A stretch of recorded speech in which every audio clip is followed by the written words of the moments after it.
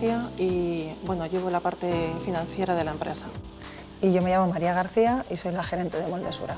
Moldesura está creada en 1995, es una empresa familiar, pero llevamos una amplia experiencia en el sector desde principios de los años 70. Hacemos moldes de inyección para el sector del automóvil, generalmente línea de alta gama, piezas estéticas, sean pintadas, texturizadas o cromadas. El mismo sector de la automoción te obliga a llevar unos procesos innovadores para poder seguir siendo competitivo en este mercado. El nuevo proyecto de la empresa de Moldesura es un crecimiento de empresa para poder incrementar su equipamiento productivo y poder cambiar ciertos procesos productivos en los que nos hemos quedado obsoletos para poder mejorar nuestros estándares de calidad que nos están exigiendo los clientes ahora mismo.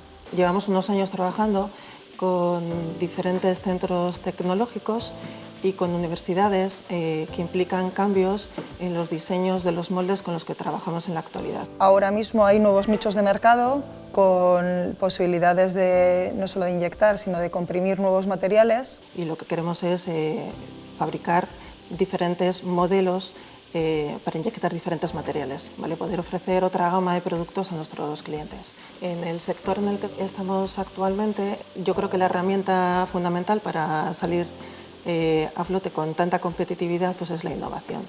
Al final la innovación es evolucionar, ¿no? Es mejorar, es fundamental en todas las empresas si quieren seguir compitiendo en el mercado. Para mí es como una gota que cae de arriba abajo.